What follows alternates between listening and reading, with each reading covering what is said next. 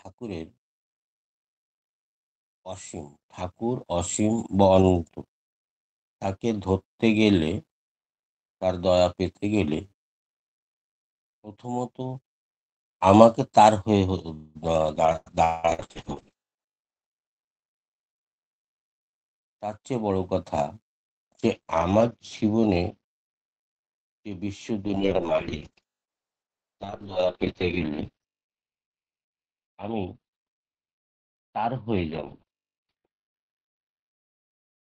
আমি ঠাকুরটা কত হতে পারলাম কি না পারলাম, সেটা হলো নিজের দায়িত্ব বা নিজের কথা, নিজের ভাবনা। কিন্তু ঠাকুরকে আমি কতটা করে নিতে পারলাম, এটি সবচেয়ে বড় নিজের একটা চিন্তা ভাবনা বা নিজের একটা কর্ম, নিজের একটা আহ, চিন্তা বা ভাব। নিজের কর্মটাকে নিয়ে আমরা যতটা ভালো রাখবো, ততটাই আমরা ভালো থাকবো। পরম পিতার কিছু দয়ার কথা আজকে আমি বলবো, যেটা প্র্যাকটিক্যাল আছে। আপনারা সবাই শুনেছেন যে অনেকটা অনলাইনে, অনেকটা অফলাইনে, অনেকটা লোকের কাছে, অনেকটা ইউটিউবে শুনেছেন ইদানিং আহ পুজো নিয়ে, আচার্যদেব দাদার পুজো নিয়ে আহ অবিন্দা এই দুজনে মিলে একটা অভিযান চালু করেছে। সেই অভিযানে নামটা হলো ডিপি ওয়ার্ক। আমরা সবাই যুক্ত আছি সেই অভিযানে। সেই অভিযানটা আমরা চালিয়ে যাচ্ছি। আর এটা জীবনভর চলে যাবে, এটা কয়েকটা দিনের জন্য নয়। এই যে নতুন একটা প্রথা শুরু হলো, এই প্রথাটা করে মানুষের জীবনে কতটা আহ সুখের বা ভালো থাকার একটা প্লাবন বয়ে এসেছে, তার ছোট্ট একটা আমি উদাহরণ দিচ্ছি। যে আমরা শুনেছি যে আহ, একটা উম, লোক খুবই, তার মান যশ পয়সা সবই আছে, সব জায়গায় তার খুব একটা বিশাল নাম আছে, বিপুল একটা নাম আছে। পরম পিতা দয়া তার কাছে অমৃত বাণী হয়ে বস চলে গেছে, বসছে, বর্ষিত হচ্ছে। কিন্তু সে কোনো ঠাকুরের দীক্ষিত নয়। আমাদের দাদারা যারা আহ, শুধু পাঞ্জাধারী পেয়েছেন, আমরা যাকে বলি ঠাকুর বলেন কৃত্তিক, সেই দাদারা ডিপি ওয়ার্কে, মায়েরা ডিপি ওয়ার্কে গিয়ে সেখানে কুটি কুটি পাও করে সপ্তাহ দুদিন গিয়ে ওই গ্রামে অনেকটা লোককে ডিপি ওয়ার্কে করে যাজন করছে, পরম পিতার চরণে তাদের নিয়ে এসছে। কিন্তু ওই লোকটা যেহেতু গ্রামের একটা বড় রিচ ম্যান, বড় একটা আহ পয়সাওয়ালা লোক, মানুষ পয়সাওয়ালা লোক, তার কাছে যেতে আমাদের ঋত্বিক দাদারা একটু মনে দ্বিধাবোধ করছে, ভয় পাচ্ছে যে কি করে গিয়ে বলবো। তবু ঠাকুরের কাজ তো, আমাদের ঋত্বিক দাদারা তো একটা সৈনিকের চেয়ে কয়েক হাজার গুণা শক্তি, মনে বল। আর সবচেয়ে বড় কথা থেকে তাদের উপরে আমার পরম পিতার আশীর্বাদ আছে, সঙ্গে থাকেন। এই জন্য তাদের একটু ভয় লজ্জাটা একটু কম থাকে। ওরা কিন্তু একদিন যাজন করেছেন ওই দাদাকে, দুদিন যাজন করেছে, 3 দিন যাজন করেছে, কিন্তু ওকে ঠাকুরের চরণে আনতেই পারছে না। এরকম করতে করতে লাস্ট বার কয়েকটি দাদারা মায়েরা গিয়ে দাদাকে একদম সাহস করে বলেই ফেললেন, আর করেই ফেললেন, ওনাকে দীক্ষা দেওয়ার জন্য রেডি করলেন। কেন কি, আমাদের ঋত্বিক দাদারাও কিন্তু একদম যে জিনিসটা মাথায় নেয় তাকে একদম যে অল্পতে ছেড়ে দেবে, তেমনি না, তাহলে তারা ঋত্বিকই হতেন না। দীক্ষার জন্য প্রস্তুত হলেন, রেডি হলেন, তৈরি হলেন। তারা করতে টাইম দিয়েছে যে এই টাইমে আসতে হবে, এই টাইমে আসবে, আমি তাহলে দীক্ষাটা নেব। এই কথাটা শুনে গ্রামে একটা শান্তির প্রলাপ ছড়িয়ে গেল, শান্তির সময় ছড়িয়ে গেল, যে আমাদের দাদা, আমাদের ঠাকুরের ঋত্বিকের প্রয়াসে সে ঠাকুরের দীক্ষাটা নেবে। এটা দেখার পর যখন সেই সময়টা হয়, তো তার দীক্ষা হয়, দীক্ষাটা হওয়ার পরে সে ১-২ দিন ইষ্টভৃতি করছেন। ইষ্টভৃতি করবে তার আগে একটু হাত পাটা ধোবে। হাত পাটা একদম ধুয়ে ঠাকুরের ইষ্টভৃতিটা করবেন। তার জন্য বাইরে গিয়ে বাথরুমে গিয়ে তার কিন্তু পড়ে যায়। পড়ে গেলে তার একটা পা ব্যথা হয়, ফুলো হয়। যেহেতু সে ওই গ্রামের একটা খুব নামী ব্যক্তি, এই এটা সব আশেপাশে যত ছোট-মোটো ডাক্তার ছিল তারা গিয়েছে। তারপরে গ্রামের অনেক, অনেক লোকে ছুটে, ছুটে গিয়ে তাকে দেখছে। কিন্তু ২-৩ দিন পেরিয়ে যায়। তার কিন্তু ব্যথার কোনো আ নিরাময় হয় না। দিনের দিন পা তারও ফুলছে। গ্রামের লোকে ধরে নিয়ে তাকে একটা বড় হসপিটালে নিয়ে যায়। সেখানে যাওয়ার পরে একটা এক্স-রে করে। এক্স-রে করার পরে দেখা যায় যে তার পায়ে ছোট্ট একটা আ ফ্র্যাকচার হয়েছে। ছোট্টটা জায়গাটা ফেটে গেছে হাড়টা। তখন ওই পায়েটায় প্লাস্টার হয়ে যায়। প্লাস্টার যখন হয়ে যায় তখন ঘরে এসে আমাদের ঠাকুরের যে পক্ষে যে দাদারা মায়েরা ছিলেন, ওই দাদারা মায়েরা ওই দাদার কানটা এইভাবে ভরলো যে ঠাকুরের কুস্মৃতি কুকথাগুলো ওনার কানের ভিতরে ভরে দিল। যে তোমার এই ঠাকুরের নামটা নিয়েই পাটা ভেঙেছে। এর আগে তো দিব্যি ভালো ছিলে, কোনো অসুবিধে ছিল না, সবটাই ভালো ছিল। আমরা ওই লোকগুলো বলছে আমরা তো তোমার দয়ায় অনেকটা আমাদের জীবন, আমার পরিবারটা চালিয়ে যাচ্ছিলাম। আজ যে হঠাৎ তোমার পাটা কি করে ফ্র্যাকচার হলো? কি করে ভাঙলো? এই মাথায় ঘুরছে, ঘুরছে। ওর মনেও কিন্তু সেটা দাগ দিয়েছে। উনি ওই পাটা যখন ভেঙে গেল, দাগটা যখন দেখছি উনার মনেও কিন্তু একটু চিন্তা ভাবনা হলো। যে সত্যিকারে কি আমার এই হলো? যাক, উনি তবু মনটাকে ততটাই কিন্তু নড়তে দেন নাই। আরও ২, ৪, ৫ দিন স্থবিতি করে যাচ্ছে। যখন স্থবিতিটা আবার ওরভাবে করতে চায়, রাত সকালবেলা উঠে ওই পায়ে প্লাস্টার আছে, সেই প্লাস্টার নিয়ে আবার যখন স্থবিতি করতে যাবেন, প্রস্তুত হচ্ছেন, তৈরি হচ্ছেন, তখন ওই একটু হাত মুখ ধুতে আবার একটু বাইরে গিয়েছেন খোলাতে খোলাতে গিয়ে আবার ও কি করেছেন ওই একটু বাইরে গেছেন। বাইরে যাওয়ার পরে কোনো কারণবশে একটা কান্না এসে ওই যে পায়ে ঠাকুরের নাম নেওয়ার পরে বৃষ্টিপতি করার জন্য হাত মুখ ধুতে গিয়ে পাটা ভেঙেছে, প্লাস্টারটা চড়েছে, সেই পায়ে ওই কাল নাগটা এসে ওকে ছোবল দিল। ওকে ছোবল দিলে প্লাস্টার করে দিয়েছে, সেখানে বেঁচে গেছে। তো কোনো অসুবিধে হয়নি। চিৎকার করলো, আশেপাশের লোক ছুটে আসলো, ঘরের লোক ছুটে এসলো। এসে দেখছে চিল্লাচ্ছে পড়ে ওখানে। ওখানে পড়ে যাওয়ার পরে যখন দেখেছে যে ওখানে একটা কালসাপ পাশ থেকে বেরিয়ে হেঁটে চলে যাচ্ছে। এটা দেখার পর ওকে ধরে আনলো। এই ২ দুটো ঘটনার পরে যখন গ্রামের মানুষ আবার বলতে লাগলো যে ২ দিন ১০ দিন আগে তো তোমার প্লাস্টারটা হয়েছে, পাটা ভেঙেছে। আবার এরপরে সাপে তোমাকে দংশন করলো। তার এর মানেটা কি? কারণটা কি? এটা দেখে ও খুব অস্থিরতা হলো। গ্রামের মানুষ, নিজস্ব মানুষ তার ভালো চান। এইজন্য তার জন্ম কুষ্ঠিটা নিয়ে ওই গ্রামের বা বাইরের গ্রামের অনেকটা দাদাকে ডেকেছে।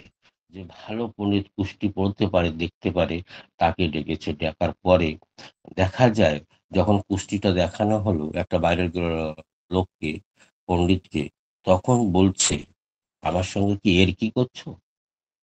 ওই কুষ্টি যে পড়তে পারে সে বলছে, "আমার সঙ্গে কি আপনারা ইয়ার্কি করছো?" বলে, "এমন কথা কেন বলছো? ওই তো মরা মানুষের কুষ্টি এনে আমাকে দিয়েছো।" বলে, "না, এ তো জীবিত আছে।"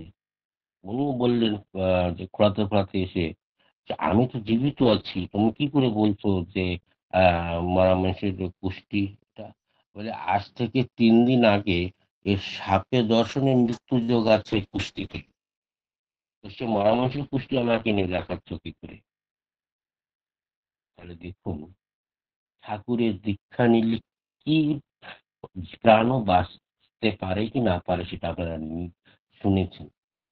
যে ঠাকুরের হয়তো দীক্ষাটা না নিলে, ঠাকুর ইষ্টভৃতিটা না করলে, ও সকালবেলায় উঠে ওই ইষ্টভৃতি যেন প্রস্তুত না হলে ওই পায়ে ভাঙতো না, তাহলে ওখানে প্লাস্টারটা হতো না। আর তার ২ ৪ ৫ দিন পরে আবার ওই প্লাস্টার পরে কাল নাগে এসে ছোবল মেরেছে। আর যদি প্লাস্টারটা না থাকতো তাহলে ওই ছোবলটা ওনার পায়ে লাগতো। আর ওখানে উনি কিন্তু মারা যেতেন। তো ঠাকুরের দয়া আমাদের কিভাবে পাবো, কোনভাবে পাবো, সেটা কিন্তু আমরা বলতে পারি না। সেটা আমাদের বুঝে নিতে হবে, করে নিতে হবে।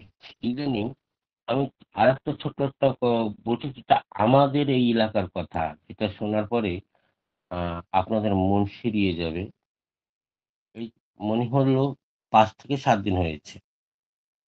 আমাদের চোপনা কেন্দ্র মন্দির বেতুলের যে অধ্যক্ষ, তার নাম, একটা ছোট্ট বয়সের ছেলে, তার নাম রামকৃষ্ণ বর, সে অধ্যক্ষ। তার জীবনটা খুব ভালো আছে, পয়সা কড়ি নাম যশ খুব ভালো আছে। সেও একটা ডক্টর প্র্যাকটিস করছেন, একজন ডক্টর। গ্রামটা ছেড়ে অন্য জায়গায় যায়। ওখান থেকে খুব হলে ২০ থেকে ৩০ ৪০ কিলোমিটার হবে, অত দূরে গিয়ে প্র্যাকটিস করে। গ্রামের লোক ওকে খুব ভালোবাসে, ছেলেটার ব্যবহারও ভালো, দেখতে শুনতে খুব সুন্দর, কিন্তু একটু হাইটটা ছোট। তার বিবাহ-টিবাহ হয় ২০১৫। কোনো ওর কোনো পুষ্টিতে যে অভিযোগ আছে, সেই অভিযোগটা হলো তার স্ত্রী হারাতে হবে। স্ত্রীটা মারা যায়নি, স্ত্রীটা ঘর থেকে চলে গেছে আরেকজনের সঙ্গে। তাও এমন একটা লোক সঙ্গে গেছে, সেটা বলতে আমার একটু দ্বিধাবোধ হয়। যারা কম্বল-টম্বল ফেরি করে বেড়ায়, এমন একটা লোকের সঙ্গে অত সুন্দর একটা ডাক্তারকে, অত সুন্দর একটা পয়সাওয়ালা একটা ডাক্তারকে, যে প্র্যাকটিস করে সেই শহরে, ওখান থেকে ওর ঘরের থেকে, গ্রামের থেকে ওর যেখানে চেম্বার আছে সেখানে মাঝখানে একটা শহর আছে। সেখানে না হলেও ৳৫,০০,০০০ একটা আ জমি কিনেছে। ডক্টরি প্র্যাকটিস করে ঘরে না হলেও ২৫ লাখ টাকার একটা ঘর বানিয়েছে, ডবল মঞ্জিল। সব করেছে। ইদানিং এই দীপাবলির সময় ধনতেরাসে একটা আর্টিকা গাড়ি, যেটা বড় গাড়ি, সেটার দাম না হলো ৳১৩,০০,০০০। তা সেটা বুকিং করেছে। সেটাও আমাকে বলেছে, "দাদা আমি করছি।" আমাকে আবার খুব ভালোবাসে। একদম দাদার মতন চিন্তা করে। সেই ছেলেটি রাত্রিবেলা যখন শুতে যাবে, ওই ওখানেই আছে, কিন্তু ওর যেখানে চেম্বার সেখানেই ঘর, সেখানেই আ ওর চেম্বার। সেখানে রাত্রেবেলা একটু রোগীপত্র দেখে, হাত মুখ ধুয়ে, একটু কটা খেয়ে, পায়চারি করে এসে শুতে যাবে। যখন শুতে যাবে তখন দেখছে লাইটটা চলে গেছে। ওই একটু হালকা-ফুলকা একটা চার্জিং লাইট আছে, সেইটি দিয়ে দেখছে। একটা গ্রামের সাইডে তো, এইজন্য অতটা উন্নত নয়। ওই চার্জিং লাইনটা আছে। ও যখন বালিশে মাথা দিয়ে শুতে যাবে, তখন দেখছে যে বালিশের একটু মোবাইল লাইটটা চালু করেছে, চার্জিং লাইটটাও আছে। দেখা যাচ্ছে কি যেন কালো, কালো চমকাচ্ছে। আবার ভালো করে দূর থেকে একটু দেখে, বালিশের নিচে, পিলোর নিচে কালনাগ এসে ঢুকে পড়ে আছে, শুয়ে আছে বালিশের নিচে। যখন ওর মনে একটু সন্দেহ হলো, আবার ভালো করে দেখে যে সত্যিকারের সাপ শুয়ে আছে। পুরো বালিশের নিচে নিজেকে ঢেকে রেখেছে সাপটা করে। আমি পুরো বডিটাকে কভার করে ফেলেছি বালিশের নিচে। কিন্তু পরম পিতার দয়া, পরম পিতার ইচ্ছা, ওনার ১ থেকে ১.৫ উম ১ থেকে ১.৫ আঙ্গুল হবে, ১.৫ ফিট হবে না, বিল্লা, বিল্লা বিতে হবে। মানে ১২ থেকে ১৪ ইঞ্চি, পেটটা একটু বাইরে আছে। ওই কালো যেটা দেখাচ্ছে, মোটা দেখা যাচ্ছে, সেটা কিন্তু দেখা যাচ্ছে। আর কালনাকটা চিন্তা করেছে, আমি বালিশের নিচে পুরো আ নিজেকে আমি ঢেকে নিয়েছি, কভার করে নিয়েছি। এটা ও আমাকে ছবি পাঠিয়েছে। আমি ছবিটা কাল আজ বিকাল হতে না হলে কাল সকাল হতে ওইটা আমি YouTube এ ছেড়ে দেবো। যারা আমার YouTube এ দেখেছেন, আমার চ্যানেলটা আছে সঞ্জয় গোলদার করে। ওইটি YouTube এ আমি ছেড়ে দেবো। সে বালিশটা, ওর ঘরটা আর সে সাপে যখন শুয়ে আছে, সে কটক বেরিয়েছেন সেটাও আপনাকে আমি দেখিয়ে দেবো। তখন ওই গ্রামের লোকগুলোকে ডেকে, ও একা আছে, ও ভয় পেয়ে গেছে। ও গ্রামের ২ টা লোককে ডেকে ওকে সরিয়ে দেওয়ার জন্য বলল। কিন্তু ও গ্রামের লোক তো, ওরা হলো ওই গ্রামের লোকে আ নন বাঙালি মানে আ তারা বাঙালি নয়। তারা আদিবাসী। আদিবাসী বলতে ওই পূর্বের আদিবাসী। আর কয়েকটা গোয়ালি-টোয়ালি যারা আমরা বলি গোয়ালা। এই যেমন ২ সম্প্রদায়ের লোক ওখানে বেশি। তাদের ডেকেছে, তারা এসে ওই সাপটাকে মেরে ফেলেছে। যখন সাপটাকে মারা হয়, তখন ও বলেছে যে, "একে মারিস না।" ছেলেটা সৎসঙ্গী তো। মনের ঠাকুরকে খুব ভালোবাসে। এতটাও জীবনে মহাপ্রলয় আ হলো, নিজের জীবন সঙ্গিনী সাথী তাকে ছেড়ে চলে যায় ২০১৫। ২০২৫ চলছে, ১০ বছর ও তার ২ টো ছেলে আছে। ২ টো ছেলেকে কত কষ্ট করে হাত পুড়িয়ে ওই গ্রামে রেখে তাদের মানুষ করে সত্যিকারে একটা ২ টো ছেলেকে ঠাকুরের মতন মানুষের মতন মানুষ করেছে। ২ টো ছেলেই নিটের পরীক্ষা দেওয়ার জন্য এবছর প্রস্তুত আছে। ২ টো ছেলেই খুব ভালো। কেউ বলতে পারবে না যে ওই গ্রামে ডাক্তারের ২ টো ছেলে আছে। কেউ দেখতেই পারে না। সারাটা দিন বই নিয়ে বসে। ওরা সকালবেলা খাওয়া-দাওয়া করে উম পড়তে বসবে। তো সারাটা দিন ওদেরকে ওই গ্রামের কেউ দেখতে পারে না যে এই গ্রামে ডাক্তারের ২ টো ছেলে আছে। তারা সারাটা দিন পড়তে থাকে। যেখানে সৎসঙ্গ হবে সেখানে দেখবে ২ ভাই একসঙ্গে গৌর আর নিতাইয়ের মতন গলায় হাত দিয়ে ঘুরে বেড়াচ্ছে। এত সুন্দর ভালো শিক্ষা দিয়েছে।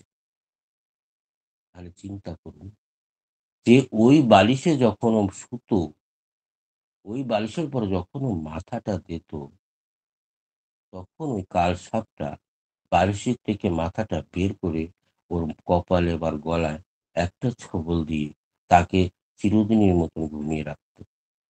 যদি আজ পরমপিতাকে না ধরত, পরমপিতার আশ্রিত না হতো, যদি সস্তিনী ব্রত না করত, তাহলে ওর কি অবস্থাটা হতো? এই গলায় বা মাথায় একটা সাপে ছোবল দিলে, একটা সাপে দংশন করলে মানুষটাকে কতটা বাঁচানো যেতে পারে কি না পারে সেটা কি চিন্তা করা যায়? সে কান্না করতে ফটোটা খিঁচে আমাকে পাঠিয়েছে। বলল, "দাদা, আমাকে ঠাকুর দয়া করেছে।" আমার জীবনে যে আমি আর্য ঠাকুর কতটা কষ্ট করে লিখিয়েছে আমি জানি না। কিন্তু হতে পারে এটি আমার জীবনের একটা আশীর্বাদ। ঠাকুর এটাই আমাকে দিয়েছেন। যে এতটা কষ্ট করে এই উপযুক্ত করেছি ছেলে দুটোকে, আরেকটু কয়েকটা বছর আরো সময় লাগবে তাদের উপযুক্ত মানুষ করতে। সেই মানুষটা করতে গিয়ে আমার জীবনের অনেকটা কিন্তু আমি করে ফেলেছি। সময় পেরিয়ে গেছি। আমি আর বিবাহ করিনি ২ বার। তার আবার কিন্তু কোর্টের থেকে এনে ছেলেটা এতই ভালো, তার যে স্ত্রী চলে যায় সেখান থেকে এনে আ এক মোমেডিয়ান ভাইয়ের সঙ্গে চলে যায়। আ সেখান থেকে আবার এনেছে। এনে ২, ৪, ৫ দিন ঘরে ১৫ দিন ঘরে রেখেছে। তারপরে আবার চলে যায়। একবার আনার পরে আবার রিটার্ন হয়ে গেছে। চলে গেছে সে ওর স্ত্রীটা। সেখানে গিয়ে আ বিয়া-থাওয়া করে তারপরে ডিভোর্সের জন্য তাকে ফাইল করল। ডিভোর্সও হয়ে গেছে। এখন দরে সে দূরে গিয়ে সে মেয়ে ছেলেটা কান্না করছে। আমাকে আবার একবার রিটার্ন নিয়ে যাও। ওর ছেলেরা বলছে, ওর বাবা বলছে, ওই রামকৃষ্ণ বরের বাবাও বলছে যে, "ওকে নিয়ে আয়।" রামকৃষ্ণেরও ইচ্ছা আছে যে চলো, বাবা ছোট বাচ্চা ফেলে থুয়ে গিয়েছিল। যখন ওর নিজের উম ভুলের প্রায়শ্চিত্ত করতেও রেডি আছে, তাহলে ওকে একবার আনি। কিন্তু ছেলে দুটো বলছে যে, সময় আমাদের মার দরকার ছিল। তখন উনি আমাদের ছেড়ে চলে গেছে। তুমি একবার এনেছো, আবার চলে গেছে। তো তেমনি মা আমাদের দরকার নেই। ছেলেরা আনতে দেবে না।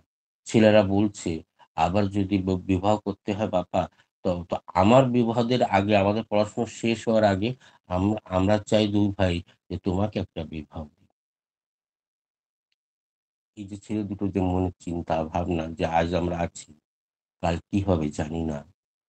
সত্যিকারের ঠাকুরের যদি সেই ভাবধারাটা যদি ওই ছেলে দুটোর ভিতরে না থাকতো, তা বাবাকে ওটা কিন্তু অতটা একটা ভালো মানুষ হয়ে দেখাতে পারতেন না। যারা মাহারা হয়ে যায়, সে ছেলেগুলোর কতটা গলত রাস্তায় ঠাকুরের বিপরীত রাস্তায় চলে যায়, সেটা আমরা সবাই দেখেছি, সবাই জানি। কিন্তু সে ছেলে দুটোকে দেখেছি ঠাকুরের এত সুন্দর কাজ করে, যে এত সুন্দর তাদের ব্যবহার, তাদের এত সুন্দর কথাবার্তা, যে দেখলে মনে বুকটা জুড়িয়ে যায়। খুব ভালো করে মানুষ করেছে। তারা বাবার মানটা রাখার জন্য দুটো ভাই দিনরাত পড়ে উম সময়টা কাটাচ্ছে না। নিজেকে কিভাবে নিটে কেন পাস করে যাবে, নিটে একটা চান্স পেয়ে যাবে। যারা দুটো তারা একটা প্রকৃত বাবা, আ যে ডাক্তার তার চেয়ে একটা ভালো ডাক্তার হওয়া উচিত। তাহলে দেখুন পরম পিতার কি দয়া। এই দুটো আমি কেস বললাম। এইটা তো ইদানিং ১-১.৫ বছর ২ বছর আগের কথা, যেটা পাস্টের কথা যে দাদাটা বললাম। ১-১.৫ বছর আগের কথা। আর ইদানিং এটা যেটা হচ্ছে ৫ থেকে ৬ দিন হয়েছে এই প্র্যাকটিক্যালটা হলো। ঠাকুর জীবন্ত আছে। জীবন্ত না থাকলে ওইখানে যদি বালিশের নিচে আ আপনাদের আমি YouTube এ দেখিয়ে দেব। সে সাপটা যখন মেরে ফটোটা খিচে পাঠিয়েছে, ওনাটা তুলে মারা গেছে। তা ৩.৫ থেকে ৪ ফিট লম্বা হবে, কালো মোটা। তাহলে কি অবস্থাটা হতো? ওই দুটো ছেলের কি কন্ডিশন হতো, যারা এখনের নিটের পরীক্ষা রে আ এ এক্সামের জন্য ফাইট করছে, এক্সামের জন্য পড়াশোনা করছে, দুটো পায়ে একসঙ্গে। যে কি কন্ডিশনটা হতো। আগেই মা চলে গেছে। ওর যে দাদু, তার ঠাকুমাও কিন্তু নেই। তাহলে কি অবস্থাটা হতো। কিন্তু পরমপিতা দয়া করে ওর বাবাকে বাঁচিয়ে রেখেছে। যে বাবা ছোটবেলা থেকে তাদের মার ভালোবাসাটা দিয়েছে, বাবার ভালোবাসাটা দিয়েছে, যে রামকৃষ্ণ বর, সে দুটা হয়েছে। আর ছেলে দুটোকে মানুষ করেছে। সত্যিকারের মানুষ বলে, লোকে বলে যে মা ছাড়া ছেলেরা হেলেফেলা হয়ে যায়, হারিয়ে যায়, নিজের পথভ্রষ্ট হয়ে যায়। কিন্তু এটা একদম ভুল। তাকে যদি সত্যিকারে যদি মানুষের মতন মানুষ করা হয়, তার জীবনে যদি ঠাকুরকে ধরিয়ে দেওয়া যায়, তাহলে সে মা বিনাও ওটা প্রকৃত একটা ভালো সন্তান হতে পারে। এটা কিন্তু আমার প্র্যাকটিক্যাল। আপনাদের করজোড়ে আমার প্রার্থনা যে আমার যে YouTube চ্যানেলটা আছে, সেটা কাল অবধি, আজ বিকাল না হলে কাল সকাল অবধি আমি ছেড়েই দেব। আপনারা একটু দেখবেন। ওই YouTube চ্যানেলটার নাম হলো আমার নাম দিয়েই সঞ্জয় গোলদার। আর ওই যে ছবিটা, যে ছবিটা আমি এখন আছি আপনাদের সামনে, আ ছোট ছেলের ছবি, তো ওই ছবিটাই আছে ওতে। ওইটা আমার চ্যানেল। ওই চ্যানেলে গিয়ে ফটোটা দেখবে, রামকৃষ্ণকে দেখবেন। আর যে সাপটা কেটেছে, তাকেও মেরে ফেলেছে, কিন্তু সে সাপটার ফটোটা আমি দিয়ে দেব। আপনারা দেখবেন। সত্যিকারে ঠাকুর যদি জীবন্ত না হতো, আমরা তাকে ফটো মনে করে ঘরে রেখেছি। উনি কিন্তু ফটোকে নেই। উনি জীবন্ত আছেন। ওই জীবন্তকে দেখার জন্য যদি আপনারা সত্যিকারে দেখতে চান, তাহলে ওই ইউটিউবটাকে দেখে আর আমার পরে একটু দয়া করবেন। আপনারা করুণা বর্ষিত করবেন। আপ আমি তো চিন্তা করি যে আপনাদের আমি কোনটা দিতে পারি, সেটাই আমার ডিউটি ওয়ার্ক। আপনাদের সুস্থ করতে পারলে ওইটাই আমার ডিউটি ওয়ার্ক। আপনাদের ভালো রাখতে পারলে ওইটাই আমার ডিউটি ওয়ার্ক করে আমি এই কাজটা করি। সেজন্য আপনাদের কাছে আমার কোনো ধার্য নেই। কিন্তু আপনার কাছে একটা করজোড়ে সবার কাছে প্রার্থনা, ওই ইউটিউবটা দেখে একটু সাবস্ক্রাইব করে দেবেন। তাহলে কি হবে? লো এই আ আমার এই ভিডিওগুলোর, আমার ইউটিউব চ্যানেলটা বুস্ট হয়ে যাবে। বুস্ট যখন হবে, জয় গুরু, তখন জয় গুরু তখন দাদা। তখন লোকের ঘরে ঘরে পৌঁছে যাবে। জয় গুরু মা, জয় গুরু। একটু দেখবেন। জয় গুরু। জয়গুরু দাদা, জয়গুরু। খুব সুন্দর আলোচনা করলেন। যে ঠাকুর জীবন্ত তার উদাহরণ দিলেন। আমরা প্রত্যেকেই সমৃদ্ধ হলাম যে তাকে ধরলে সাপের কামড় থেকে কি করে বাঁচা যায়, তার উদাহরণ দিয়ে আমাদের সমৃদ্ধ করলেন। পরমপিতা রাঙারাত তুলচরণে আপনার সার্বিক মঙ্গল প্রার্থনা করি। দাদা ভালো থাকুন, সুস্থ থাকুন। আবারও আলাপনের পরে দাদা থাকছেন, আপনারা কেউ লেপ নেবেন না।